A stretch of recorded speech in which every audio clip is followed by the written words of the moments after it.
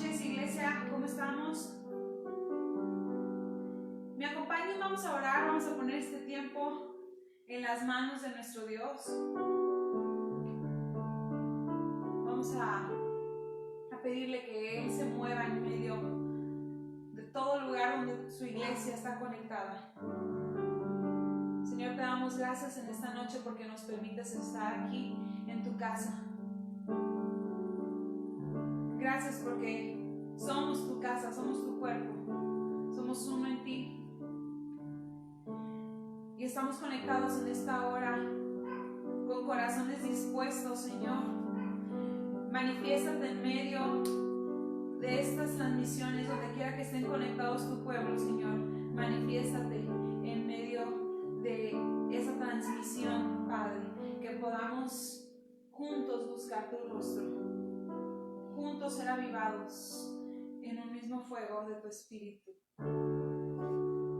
Al adorar, sé bienvenido, que al cantar puedas ver, aquí estamos para ti, aquí estamos para ti. Tu aliento venga del cielo,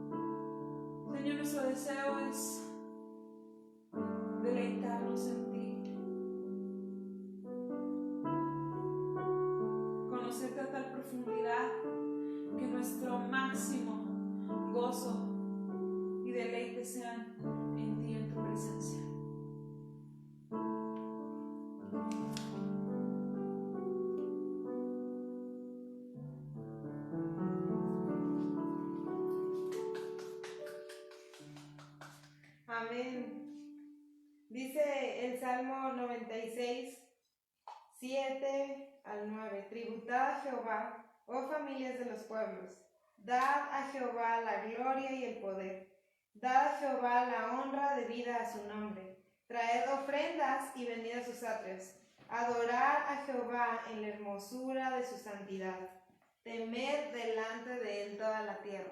Es una bendición el poder adorar a Jehová, el poder adorar su hermosura y reconocer todo lo que él ha hecho por nosotros. Así que fue bueno tener este tiempo juntos de adoración y de glorificar a nuestro Padre. Y pues bienvenidos todos los que están ahí conectados, que nos ven en sus casas, que decidieron crear altares de adoración ahí en sus casas. Que Dios los bendiga y que esté ahí con ustedes. Pues hoy queremos felicitar al hermano Tino porque es su cumpleaños. Felicidades, que Dios lo bendiga y que le siga dando muchos años más de vida llenos de sabiduría. Y también el sábado es el cumpleaños de Tiago, el hijo de Eli. Felicidades, Tiago, que pases un bonito cumpleaños.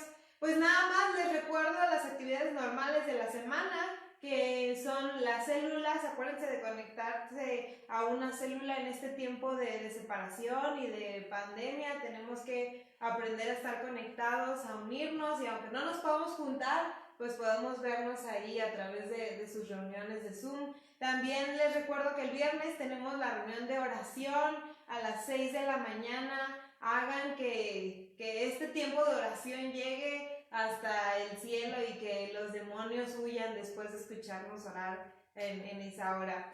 También tenemos la reunión de varones para todos los varones valientes de la iglesia, el viernes en la noche a las 8 de la noche. Los niños tenemos la clase el sábado, a las 12:30.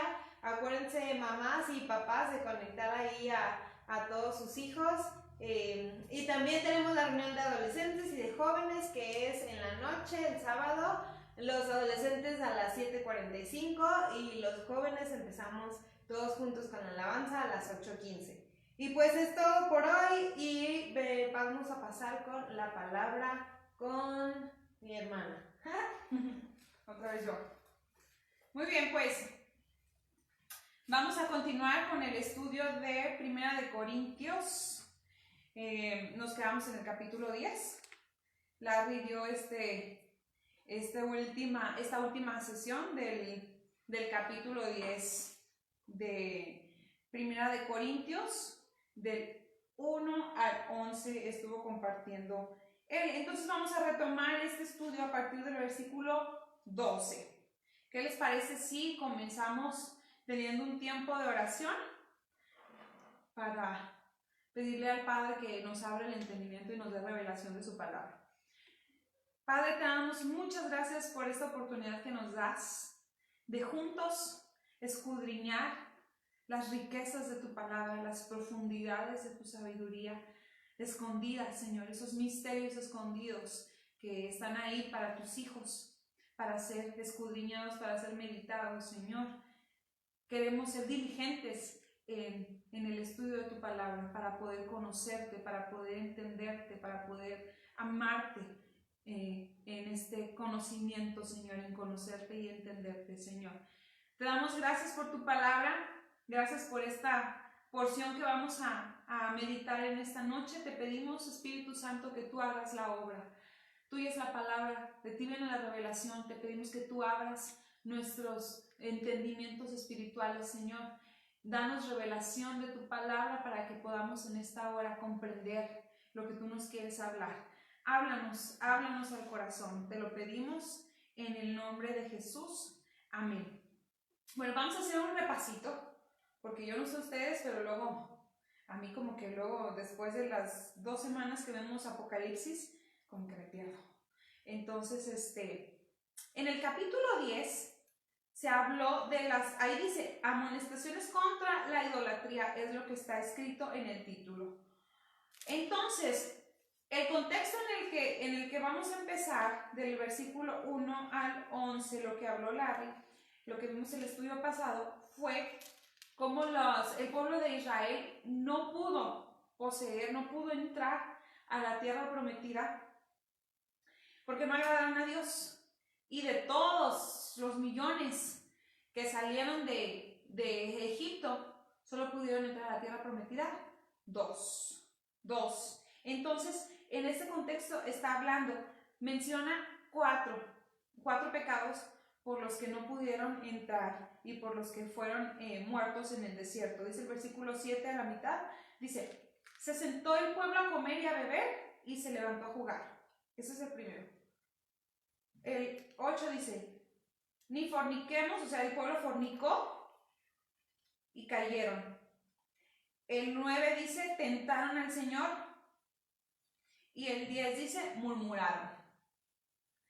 Entonces fue la idolatría, la fornicación, que tentaron al Señor y que murmuraron. Y bueno, en este contexto vamos a empezar a leer el versículo 12. Dice el versículo 12, así que el que piensa estar firme, mire que no caiga. Entonces, en este contexto que les acabo de decir, en donde el pueblo de Israel no entró a la tierra prometida, sino que se quedaron en el desierto caídos, muertos, en ese contexto está diciendo ahí, Pablo está diciendo, el que crea estar firme, mire que no caiga, como los que cayeron, como los que no pudieron heredar la tierra. Entonces, todos los que mueren sin vencer, todos los que no heredan aquí en esta vida la tierra prometida, ellos están cayendo en el desierto, muertos. Todos los que mueren sin heredar la tierra prometida, eso significa caer, mueren en derrota. Y, por ejemplo, Pablo murió, pero él murió en victoria. Él alcanzó, fíjense lo que dice 2 de Timoteo 4, 7 al 8. Vamos a buscarlo. 2 de Timoteo 4, 7 al 8. Dice, fíjense, he peleado la buena batalla, he acabado la carrera, he guardado la fe. Y luego sigue diciendo, por lo demás me está guardada la corona de justicia, etc. Es decir, Pablo había llegado a esa promesa del Señor para su vida. Él murió en este cuerpo físico hace muchos años, pero él venció en vida. Él tomó esas promesas de esa tierra prometida. No debemos entonces pensar que estamos firmes, porque el que piensa que está firme es necio y está pronto a caer. Así dice Proverbios 16, 18. Yo nunca gano en estos juegos de esgrima, soy media lenta para buscar. Pero bueno, Proverbios 16, 18 dice, antes del quebrantamiento es la soberbia, y antes de la caída la altivez de espíritu. Entonces, cuidémonos cuando pensamos haber alcanzado alguna estatura, porque tal vez estamos cayendo en soberbia, en altivez. Y dice la palabra que podemos estar prontos a caer. Entonces, pareciera como que es otra sección de haber hablado de los que caen, tiene aquí como así que, o sea, una conclusión de una primera sección de la historia de Israel, del pueblo de Israel saliendo de Egipto y en el desierto. Entonces, concluida esa sección, hace una transición en el versículo 13 y dice el versículo 13, no os ha sobrevenido ninguna tentación que no sea humana, pero fiel es Dios, que no os dejará ser tentados más de lo que podéis resistir, sino que dará también, juntamente con la tentación, la salida, para que podáis soportar. Entonces, es un hecho, a través de este versículo, podemos ver que es un hecho que seremos tentados. Por lo tanto, necesitamos mantenernos en guardia, listos, porque aquellos que bajan la guardia, fácilmente les puede entrar un golpe, ¿verdad? Entonces necesitamos estar siempre en guardia, siempre parados, firmes en la roca, ¿verdad? En Mateo 6:13, en la oración que nos enseñó Jesús, en el Padre Nuestro, Jesús nos enseña a orar para pedirle al Padre que no nos meta en tentaciones y que nos libre del mal. Por lo tanto, el hecho de que estemos cualquier día vulnerables a caer en pruebas, a caer en tentaciones, eso nos mantiene pegados a Dios, dependientes de Dios.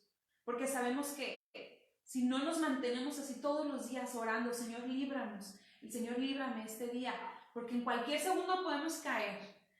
Entonces eso nos mantiene dependiendo de Dios. Pero también, una vez que a todos nos toca, ¿verdad? Todos tenemos que pasar por pruebas. Una vez que estemos en pruebas, también dice la palabra que Él nos va a dar la salida.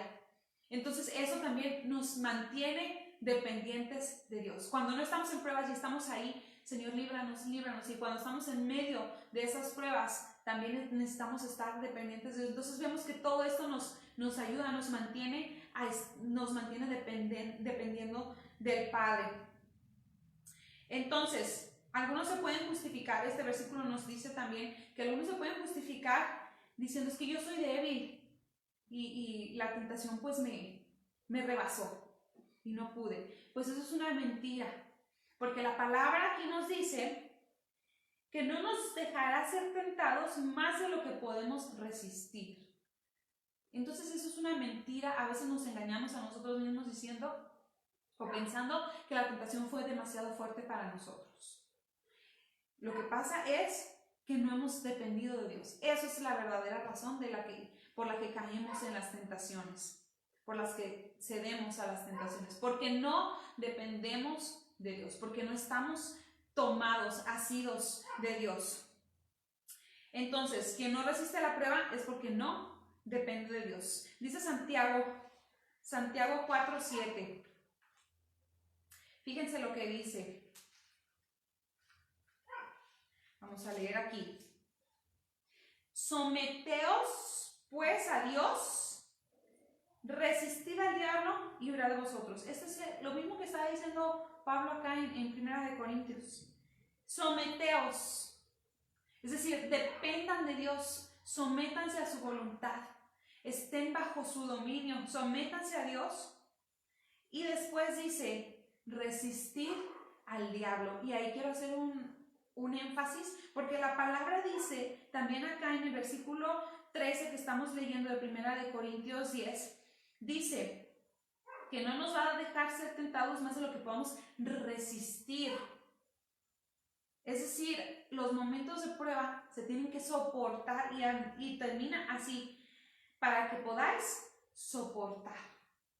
Entonces, Dios no nos va nada más quitar de las pruebas. Tenemos que estar ahí firmes, tomados de Él, soportando el fuego de la prueba, sometidos a Dios. Y entonces viene la salida, según Santiago 4:7, y que dice que el diablo huirá de nosotros. Pero la clave está en someternos a Dios, en depender de Él. Ahora, Dios se compromete a darnos la salida, pero quienes debemos de resistir somos nosotros. Él dice, yo te voy a dar la salida, pero tú debes de resistir. Tú debes de soportar. ¿Y qué significa resistir y soportar, que son sinónimos? Dice, recibir algo que ejerce fuerza o presión sobre uno, sin moverse, alterarse o sufrir daño. Entonces eso es resistir, aguantar ahí el peso de la prueba. Pero es ahí donde viene, cuando nos sometemos a Dios, es donde viene Dios y Él nos ayuda con ese peso que no podemos cargar solos. Entonces vámonos al versículo 14 y pareciera que aquí cambia total y radicalmente de tema Pablo, pero vamos a hacer una conclusión al final que nos va a ayudar a entender. Entonces el 14 dice, por tanto, amados míos, huid de la idolatría. Y entonces ahí como que se cruzan los temas de haber hablado del pueblo de Israel saliendo o en el desierto, transitando el desierto. Luego nos hace una conclusión que si queremos estar firmes, pues necesitamos ver que no caigamos. Y después nos dice, porque ustedes van a soportar la prueba si dependen de Dios, porque Dios les va a dar la salida. Y luego empieza otra sección nueva con huyan de la idolatría. Y ahorita vamos a regresar a este versículo para entonces entenderlo un poquito más. Pero que nos quede claro, aquí empieza entonces una nueva sección del mismo tema que vamos a unir. Dice el versículo 15, como a sensatos os juzgad vosotros lo que digo. Los griegos se creían muy filósofos, ¿verdad? Muy intelectuales. Entonces Pablo los desafía y nos desafía a nosotros. Como a sensatos les hablo. Usen del entendimiento, porque las palabras que están aquí no solo tienen una interpretación intelectual o superficial. Necesitamos meternos en las profundidades. Entonces es un reto de Pablo que nos dice, juzguen, es decir, entiendan, mediten, escudriñen las palabras que les digo. Dice el versículo 16, la copa, y aquí viene ya, ¿verdad? La copa de bendición que bendecimos no es la comunión de la sangre de Cristo. Otra vez, la copa de bendición que bendecimos no es la comunión de la sangre de Cristo. El pan que partimos no es la comunión del cuerpo de Cristo. Entonces aquí nos aparece la palabra comunión 2 veces o 4. Ya ni le leí. 2 veces. Entonces dice comunión. La palabra comunión viene del griego, que quiere decir, o que lo podemos interpretar como participación mutua. Entonces, los que participamos de la sangre y el cuerpo de Cristo, nos hacemos uno entre nosotros mismos y uno entre los elementos, entre Cristo, entre el sacrificio. Entonces, al participar de estos elementos de la sangre y el cuerpo de Cristo, nos identificamos con Jesús en la comunión de su sangre y de su cuerpo. Y podemos entender con eso también, y Pablo nos quería hacer entender que cuando nosotros ingerimos algo, ya sea que bebamos, que comamos, en nuestro cuerpo físicamente nos convertimos uno con lo que ingerimos.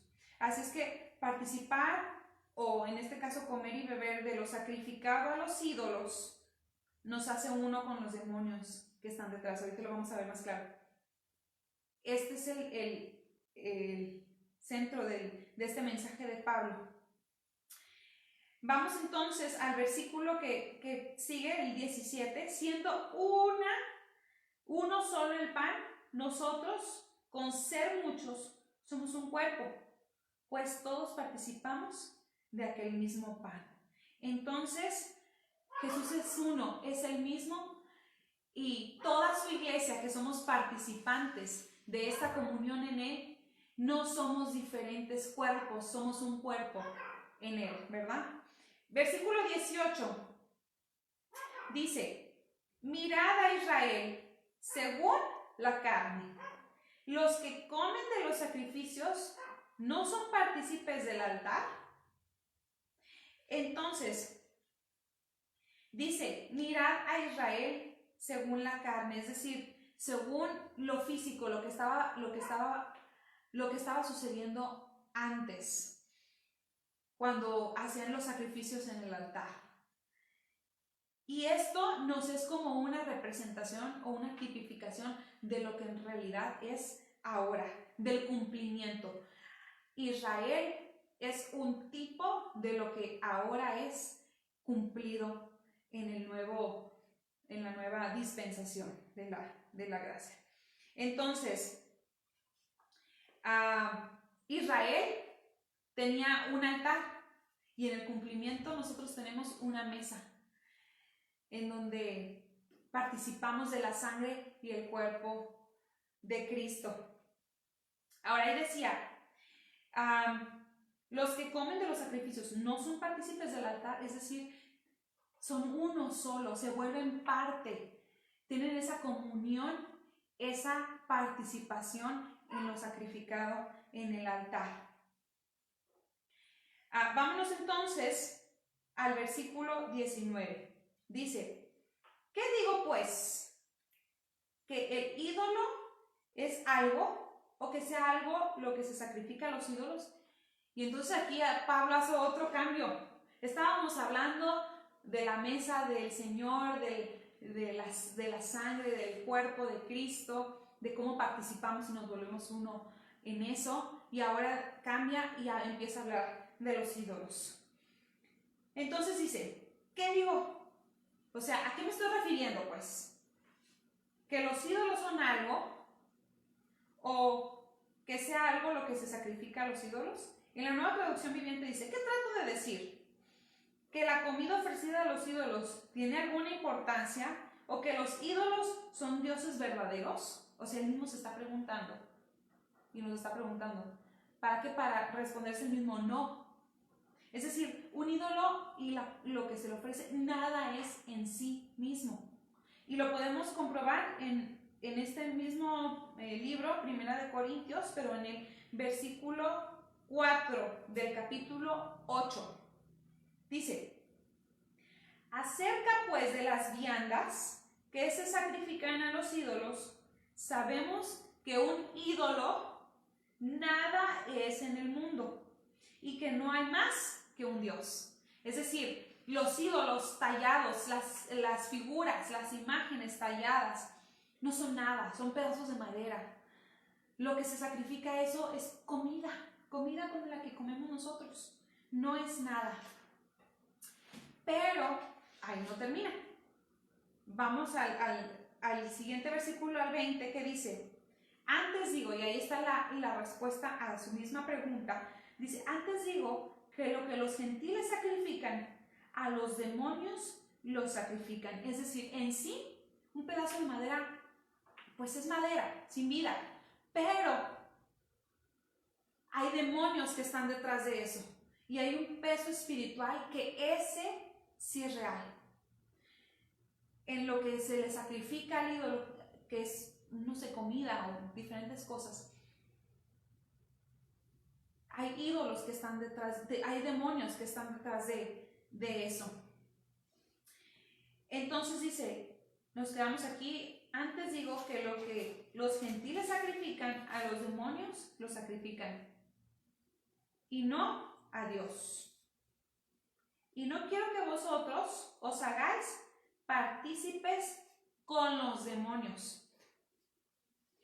Entonces Pablo les está diciendo, pónganse abusados. O sea, sí es cierto que el ídolo en sí nada es, pero detrás de eso hay un peso espiritual demoníaco.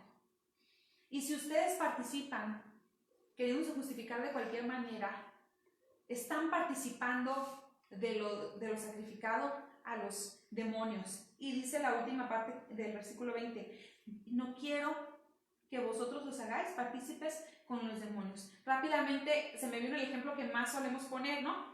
De la yoga, que muchos he escuchado cristianos que dicen, no, es que hay una parte de la yoga que solo es estiramiento y la otra, y pues es lo malo, y es la meditación y esas cosas espirituales. No, o sea, no podemos tratar de desligar lo espiritual de todas estas cosas ofrecidas a demonios. Y bueno, se me ocurren otras cosas como películas de brujería, que ya saben cuál es, ¿verdad? Unas que salieron ya hace años, pero hay muchas, ¿no? O ritos que luego yo no sé bien el nombre, que van y se hacen baños ahí, pero todos esos tienen trasfondos espirituales, que no solo por ignorarlos, o no solo por no practicarlos nosotros, significa que no están ahí ofrecidos a los demonios. Entonces los demonios son la realidad de los ídolos. Y quien come, quien participa de lo sacrificado a ello, entra en comunión con los demonios. Así como cuando comemos el pan y el vino, la sangre y el cuerpo, nos hacemos uno con Cristo. Así cuando comemos y participamos de lo sacrificado a los ídolos, nos hacemos uno con los demonios. Podemos decir, ya que un ídolo no es real, no importa que comamos ni dónde comamos, de todas maneras no es real. Pero podemos responder entonces, si un ídolo nada sí, un ídolo nada es, pero los demonios están detrás de todo eso. También podemos decir, mientras participe de la mesa del Señor, o sea, mientras esté yendo a la iglesia, mientras lea la Biblia y ore y me cubra en el nombre de Cristo, no me pasa nada. No.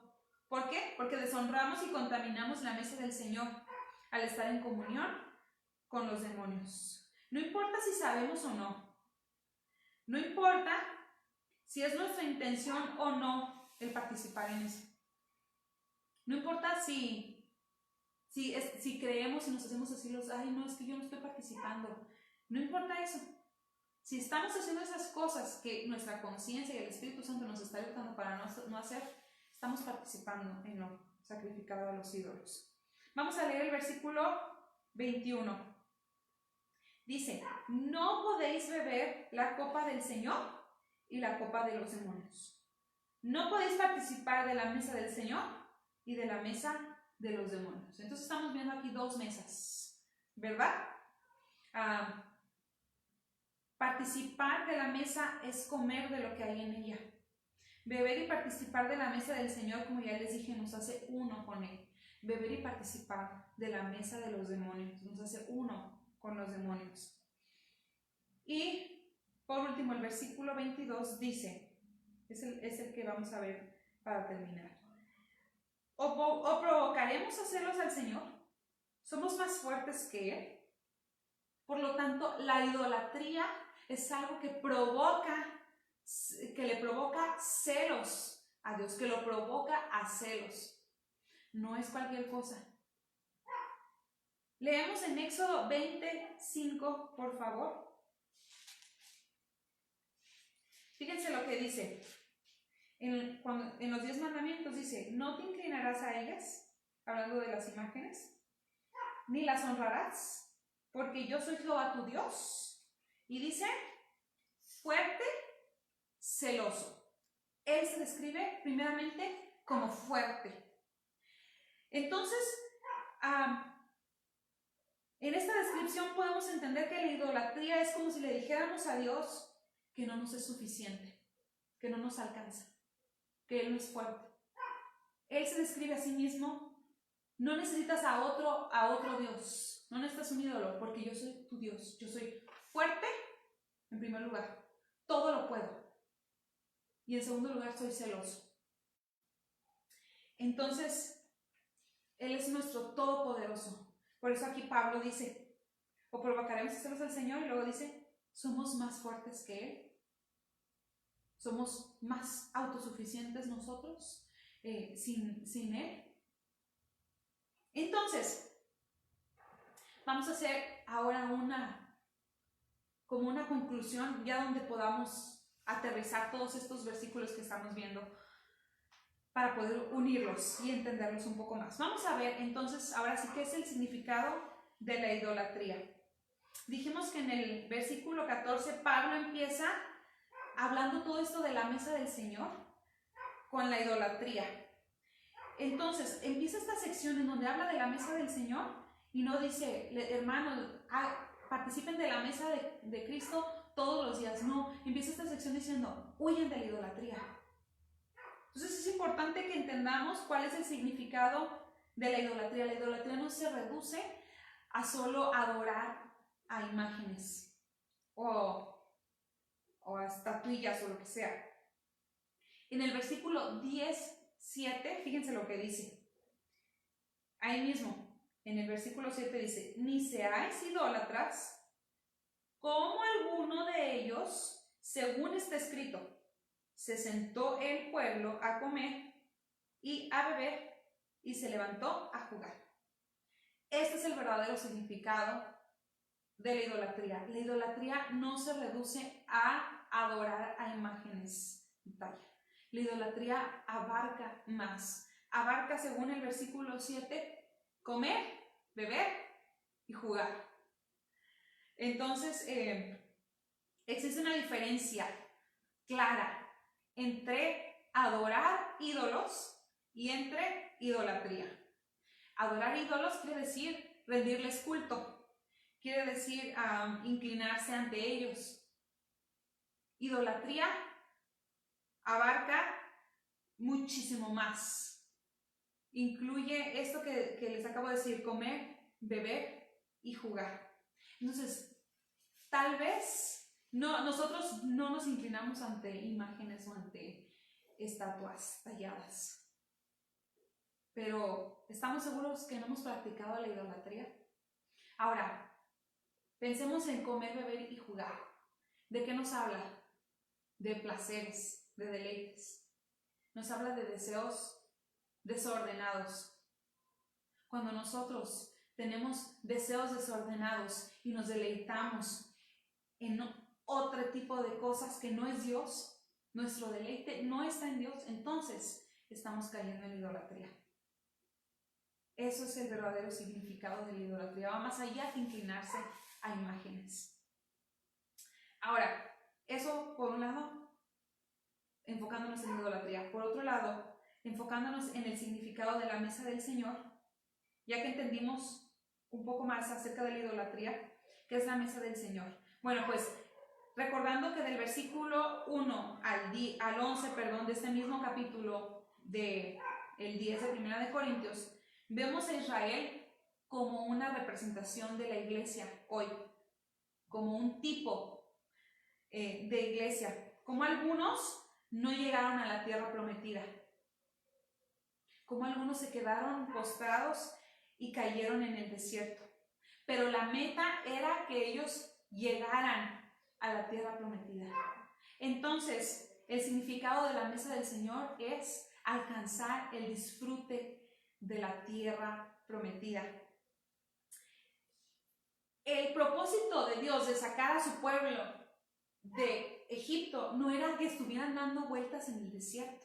Ese no es el propósito de Dios. No es el propósito de Dios que nosotros estemos ahí nada más rondando las promesas, pero sin tomarlas, sin tomar posesión.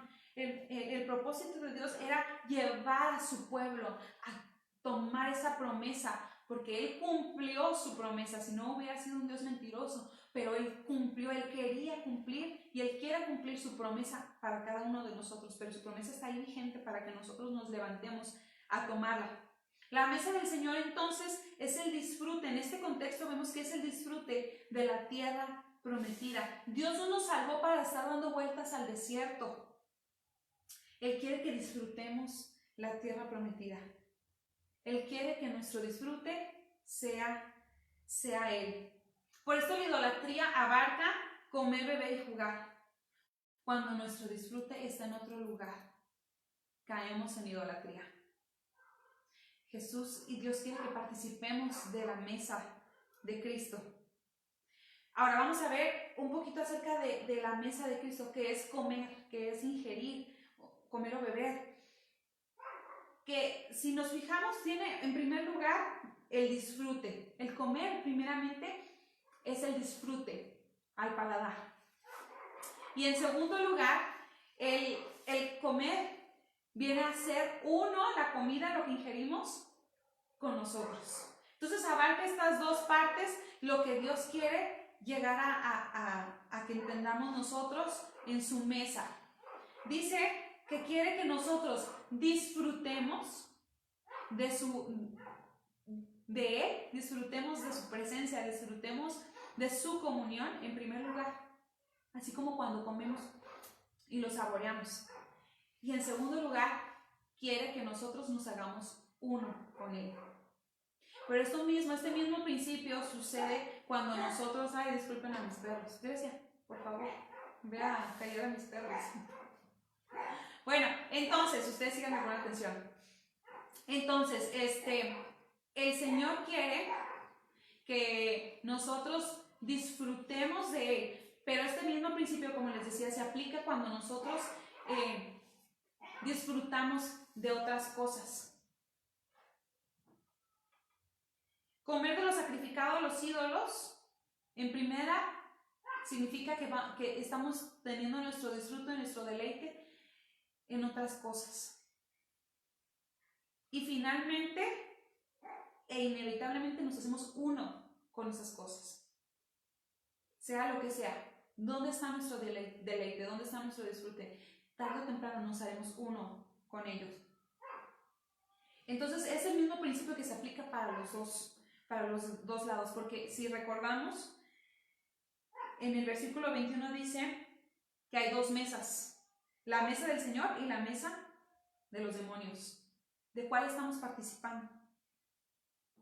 Como cristianos se nos enseña y mucho practicamos el orar, el confiar en Dios, las disciplinas, todo eso es bueno, en obedecerlo. Pero si perdemos de vista lo importante, lo principal, si perdemos de vista el disfrute de Cristo, entonces, como en la iglesia que Jesús les reclamó, sí, has hecho todo eso, pero tengo contra ti que perdiste el primer amor, que perdiste el disfrute. Entonces no podemos perder el disfrute de su presencia. Dice, vamos a leer el versículo 1:9 de Primera de Corintios. O sea, capítulo 1, versículo 9, dice, fiel es Dios por el cual fuisteis llamados a la comunión con su Hijo Jesucristo nuestro Señor. Entonces, en este contexto podemos cambiar la palabra comunión por disfrute. Y vamos a leerlo así, dice, fiel es Dios por el cual fuisteis llamados al disfrute de su Hijo Jesucristo nuestro Señor. A eso fuimos llamados, a disfrutar de Cristo. Ahora, al hablar Jesús de sí mismo, lo podemos encontrar en Mateo 26, del 26 en adelante, cuando habla de la institución de la cena de Cristo. Al hablar de Él mismo como comida, como bebida, está hablando de sí mismo como algo que requiere o que se quiere disfrutar. Cristo se presentó a nosotros como comida, como bebida. ¿Por qué? Porque Él anhela ser disfrutado. Imagínense ustedes comer algo y no poderlo disfrutar, pierde el sentido. Entonces, Él al introducirse, al presentarse a nosotros como este es mi cuerpo, coman del pan, este es mi sangre, beban del vino, quiere que nosotros disfrutemos de Él y finalmente nos hagamos uno con Él. Para terminar, quisiera mencionar algo que estuve pensando, que en medio de estos tiempos en donde estamos viviendo, este virus que conocemos ahora, lo más chistoso y característico es que las personas pierden el olfato y el sabor de los alimentos, ¿no? Y yo me ponía a pensar cómo, ¿será que Dios nos quiere decir algo? Porque gracias a Dios a mí no nos ha dado, pero he escuchado personas que nos cuentan, nos dicen, es que si no te sabe la comida, pierde el sentido comer. O sea, ¿para qué comer cosas si no puedes saborearlas? Entonces yo me puse a pensar, ¿será que Dios a través de este virus nos quiere decir que comer y participar de Él sin disfrutar de su comunión, de su presencia, pierde sentido? Si nosotros nada más estamos aquí en la iglesia asistiendo, cumpliendo disciplinas, pero no estamos disfrutando de Él, pierde el sentido que nosotros hagamos todo eso. Necesitamos recuperar el disfrute y necesitamos huir de la idolatría. Entonces vamos a orar para terminar pidiéndole a Dios que nos ayude a entender y escudriñar nuestros propios corazones para ver si hay algo que está ocupando nuestro disfrute, que está ocupando nuestro corazón. Padre, en esta noche te damos gracias por tu palabra. Gracias, Señor, por la revelación de tu palabra. Te pedimos, Padre, con humildad venimos delante de ti. Te pedimos, Señor, que tú nos reveles a nuestros corazones si hay algo de idolatría en ellos. Si hemos caído en comer, beber y jugar, como dice tu palabra. Si nuestro disfrute y nuestro deleite se ha se ha puesto en otras cosas, en otras personas, en otros lugares, en otros oficios, Señor, pero lo hemos quitado de ti. Si finalmente hemos perdido nuestro primer amor, te pido que tú nos hables en nuestros corazones y nos reveles esto, Señor, en el corazón de tu iglesia, que en medio de estos tiempos nos estás queriendo hablar. Si hemos perdido el disfrute, si solo hemos estado participando de la mesa de Cristo, pero sin disfrutarla, sin saborearla. Señor, queremos aprender a deleitarnos en ti. Queremos aprender a deleitarnos en tu palabra, en tu presencia. Moldea tu iglesia, Señor. Ayúdanos. Y que esta palabra dé su fruto a su tiempo, Señor. En el nombre de Jesús te doy gracias por tu palabra y tu revelación. Amén. Muy bien, pues nos vemos pronto. Que tengan bonita noche.